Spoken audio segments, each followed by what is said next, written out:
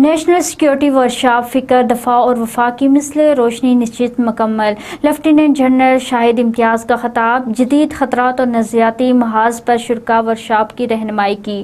Workshop ایک فکری کارواں تھا جس کا مقصد صرف سیکورٹی امور پر بریفنگ نہیں بلکہ نئی نسل کو قومی تقاضوں، دفاعی جہتوں اور ریاستی شعور سے روشناس کرنا تھا۔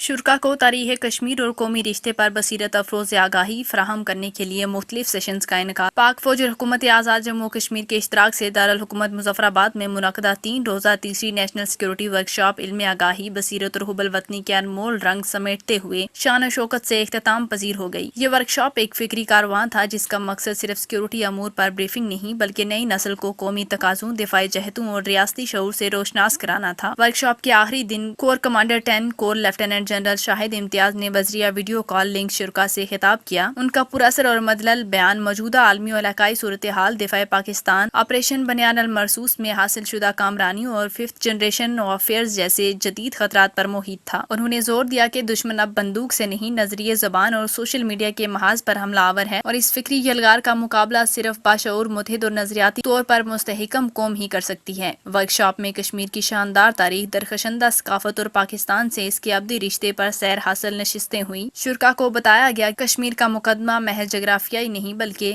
ایک نظریہ ہے جس کی بنیاد قربانی، غیرت اور وفا پر استوار ہے۔ ورکشاپ میں سوال و جواب کے سیشنز بھی رکھے گئے جنہوں نے شرکاء کو نہ صرف غور و فکر کی دعوت دی بلکہ ان کے اندر چھپے فکری امکانات کو بھی اجاگر کیا۔ اس بامقصد نشست کے اختتام پر شرکاء کو پاک فوج کی جانب سے تعریفی اسناد اور شیلڈ سے نوازا گیا جو کہ نہ صرف ایک اعزاز بلکہ قومی ذمہ داری کی علامت بن کر ان کے ہاتھوں میں تھمائی گئی۔ شرکاء نے اس علمی تجربے کو زندگی کا قیمتی اثاثہ قرار دیتے ہوئے کہا کہ یہ ورکشاپ ان کے فکر شعور میں انقلاب کی نوید بن کر آئی۔ بلا شبہ یہ ورکشاپ ایک رسمی سرگرمی نہیں تھی بلکہ یہ قومی سلامتی، فکری آزادی اور ریاستی یکجہتی کا ایک جیتا جاگتا استعارہ بن کر ابھری۔ ایک ایسا کارنامہ جو نسل نو کے ذہنوں میں خودی، ذمہ داری اور وفا کا چراغ روشن کر گئی۔ کیمرہ مین ٹیم کے ساتھ اسلم مرزا، محاسب نیوز، جہلم ویلی۔